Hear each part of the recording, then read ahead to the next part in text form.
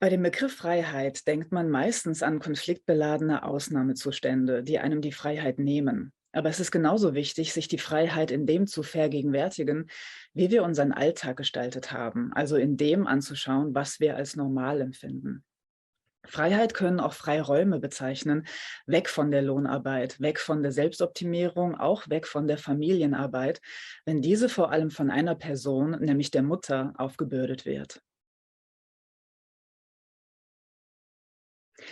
Falsche Ideale erschweren es Menschen sehr, ihre Freiheit selbst zu gestalten. Das sieht man auch beim Mutterideal, dass es Frauen sehr schwer macht, die Freiräume, die die Frauenemanzipation erkämpft hat, sich anzueignen. Das Mutterideal besagt, dass Frauen die Bedürfnisse anderer erfüllen sollen, statt für ihre eigenen da zu sein. Ich denke, dass kinderlose Frauen ebenso wie Mütter es gleichermaßen leid sind, ihren Lebensentwurf verteidigen zu müssen. Denn unser Familienbild, wie auch die Familienpolitik, hat sich jahrzehntelang darauf ausgeruht, dass Frauen die Ansprüche an ihre selbstbestimmte Lebensgestaltung wieder runterschrauben, wenn Kinder kommen. Das hat aber nichts mit Biologie zu tun, sondern mit Gesellschaftssystemen.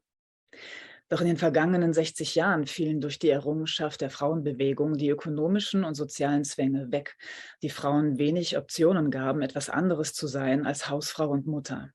Frauen können mittlerweile ohne Ehemann und Familie ökonomisch überleben, was vorher per Gesetz verhindert wurde, und lassen sich nicht mehr über das Versprechen von Liebe und sozialem Status zur Mutterschaft drängen. Aber der Kleinfamilie geht somit das unbezahlte Personal aus. Und mit der weiblichen Selbstbestimmung geht also die zwar unsichtbare, aber selbstverständlich eingeforderte Arbeitskraft der Hausfrau und Mutter verloren und damit ein wichtiger Pfeiler, wie unsere Ökonomie funktioniert. Denn die baut immer noch darauf, dass jemand zu Hause im Heim unbezahlt die Reproduktionsarbeit macht. So wundert es nicht, dass die Natur wieder als Argument eingesetzt wird, wie man es gerade braucht, um daran festzuhalten, dass diese unentgeltliche Arbeit auf dem Rücken der Frauen funktioniert.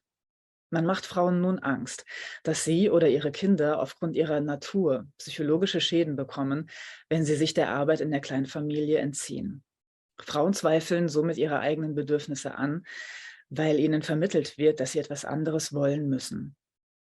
Oft wird in einem pseudowissenschaftlichen Aufwasch Biologie und Psychologie bedient, um Frauen weiszumachen, dass ihr Leben sinnentleert ist und sie depressiv werden, wenn sie kein Kind bekommen, dass sie es bereuen müssen, keine Familie gegründet zu haben. Die Natur scheint keine Freundin der Frau zu sein, denn sie wird immer gegen ihre Autonomie in Stellung gebracht.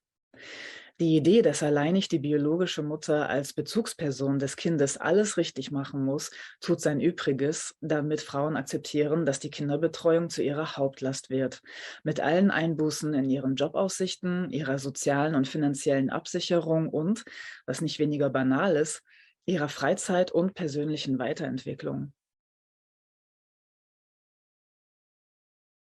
Die Rede vom Mutterinstinkt macht Frauen emotional immens erpressbar, ihre eigenen Bedürfnisse und Lebenspläne zurückzustecken. Und das ist auch ihr hauptsächlicher Zweck.